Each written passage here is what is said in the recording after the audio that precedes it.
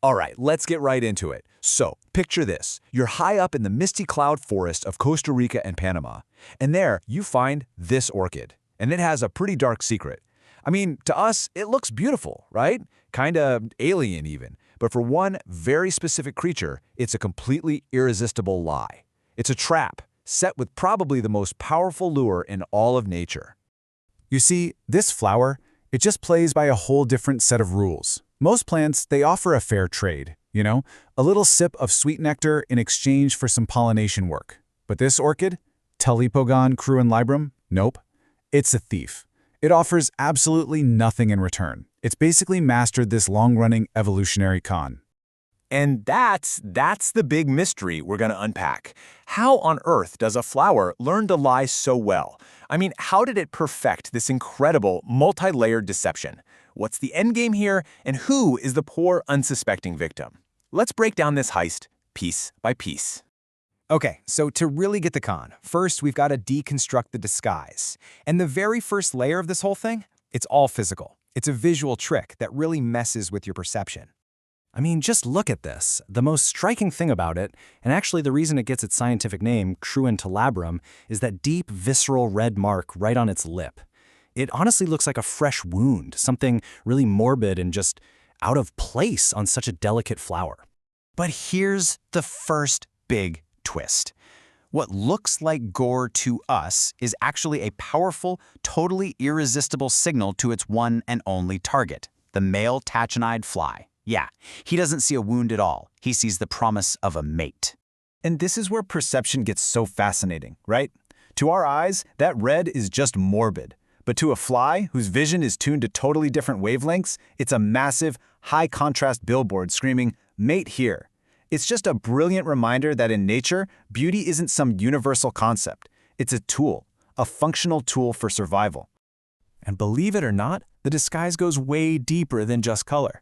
The orchid is literally a three-dimensional sculpture of a female fly. The lip part, that's called the labellum. It's shaped just like her body.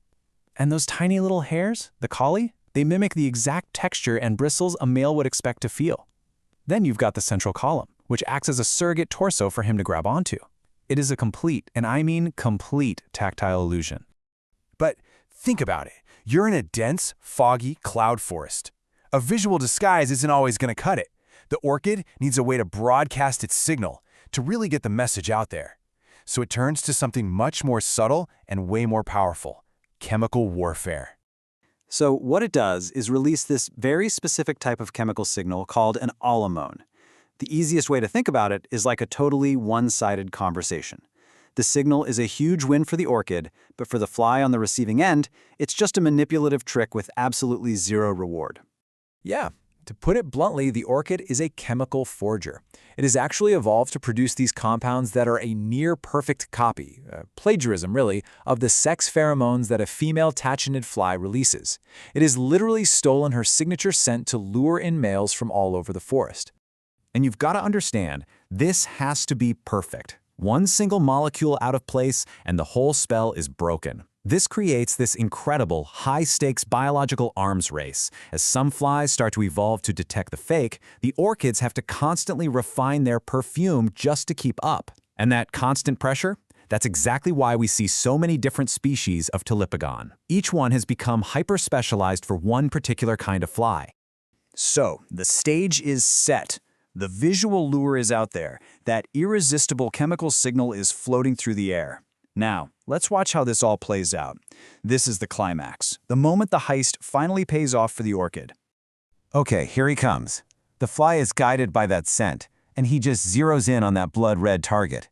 The second he lands, those hairs on the orchid's lip give him the exact tactile feedback he expects from a mate. He is completely sold. He then tries to mate with the flower's column, and right at that precise moment, bam! The orchid's pollen sacs, which are called pollinia, snap right on and are glued firmly to his body. So the frustrated fly eventually just gives up and flies off, totally unaware that he's just been turned into a delivery service. And what happens next? Well, just a few minutes later, the scent of another bloodstained mimic draws him in. He falls for it all over again, and this time he delivers the pollen from the first flower to the second one. Job done. The orchid gets pollinated. I mean, it is an absolutely brilliant strategy. You can't deny that. But, and this is a big but, this incredible level of specialization comes with an enormous risk. This strategy is just as fragile as it is effective.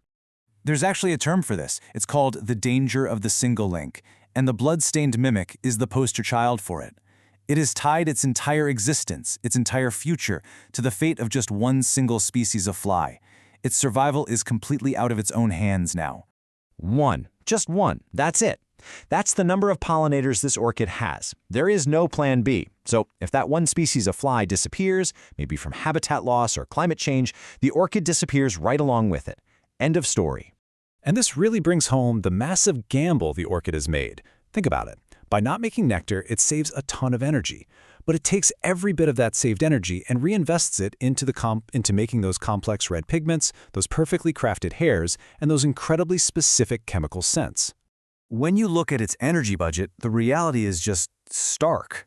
The amount of energy it spends on an honest reward, like nectar, 0%. All of it, 100% of its reproductive energy, goes into maintaining the lie. It is a complete all-or-nothing bet on its ability to be a master deceiver.